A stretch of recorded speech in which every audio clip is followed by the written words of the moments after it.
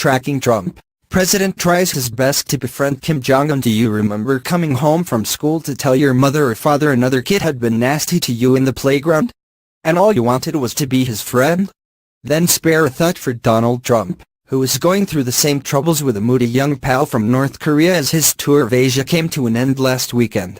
Why would Kim Jong-un insult me by calling me old, when I would never call him short and fat? Trump asked his mommy, his 42.9 million Twitter followers. Oh well, he added poignantly, I try so hard to be his friend, and maybe someday that will happen. Poor Donald. Maybe get some sleep. This has been a long trip, and you've had to deal with some difficult geopolitical issues. Things never seem quite as bad in the morning. I am sure Kim just wants to be your friend, too. He has a funny way of showing it, that's all. Another friendship was proving tricky for Trump, too. Do you remember at school when all of your friends picked on one of your schoolmates and blamed them for something, say, trying to influence a foreign election using an army of bots and leaked emails, and you were the only one who believed they didn't do it? Every time he sees me he says I didn't do that, and I really believe that when he tells me that, Trump said of Vladimir Putin. He really seems to be insulted by it, and he says he didn't do it. But the other friends didn't want to listen. While Trump was rounding out his 12-day trip with a visit to another blood brother, Rodrigo Duterte of the Philippines, back home the scandal involving the Republican Senate candidate Roy Moore deepened, with a new woman coming forward to claim the controversial former judge sexually assaulted her when she was 16. Moore denies the accusations. A spokeswoman for Trump, who has himself been accused of sexual misconduct or assault by numerous women, said Moore should step aside if the allegations were proven to be true. And over the weekend the president claimed he did not know a lot about the case, because he did not watch much television. Regular readers of Trump's Twitter feed, which on Wednesday included a complaint about having been forced to watch CNN while in the Philippines, and which frequently contains free advertising for Fox News, might find that hard to believe. Oh, and it emerged that Trump's son Donald Jr., the son who met the Russian lawyer last June in an attempt to get dirt on Hillary Clinton, had exchanged direct messages with WikiLeaks before the U.S. election, and promoted a link to the group's tool to search through hacked Clinton emails after WikiLeaks sent it to him.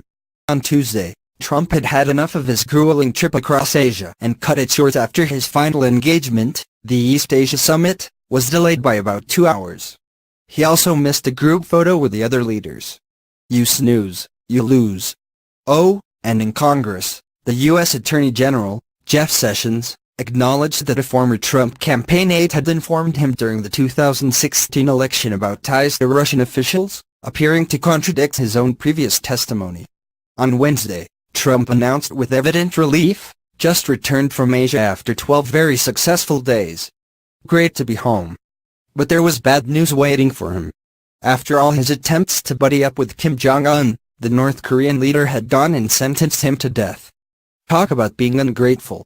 And talking about being ungrateful, Trump had a feeling that the UCLA basketball players accused of shoplifting in China wouldn't thank him for his efforts to free them. But they did in fact thank him. While Trump had kept his comments about Moore to a minimum, when a woman accused the Democratic senator and former comedian Al Franken of sexual misconduct, the president was less restrained. The Al Frankenstein sick picture is really bad, speaks 1,000 words. Where do his hands go in pictures 2, 3, 4, 5 and 6 while she sleeps? He tweeted, seeming to drift off dangerously into the realms of fantasy, probably not a good idea for someone who, as mentioned above, has been accused of sexual assault and has boasted of grabbing women's genitals. Oh, and it emerged that Jared Kushner, the president's son-in-law and advisor, shared emails within Donald Trump's team about WikiLeaks and a backdoor overture from Russia during the election campaign, and failed to turn them over to investigators. He was there at that meeting with the Russian lawyer and Don Jr., too. On Friday, Trump's feud with much of the sporting world continued, as the University of South Carolina women's basketball team, who captured their first national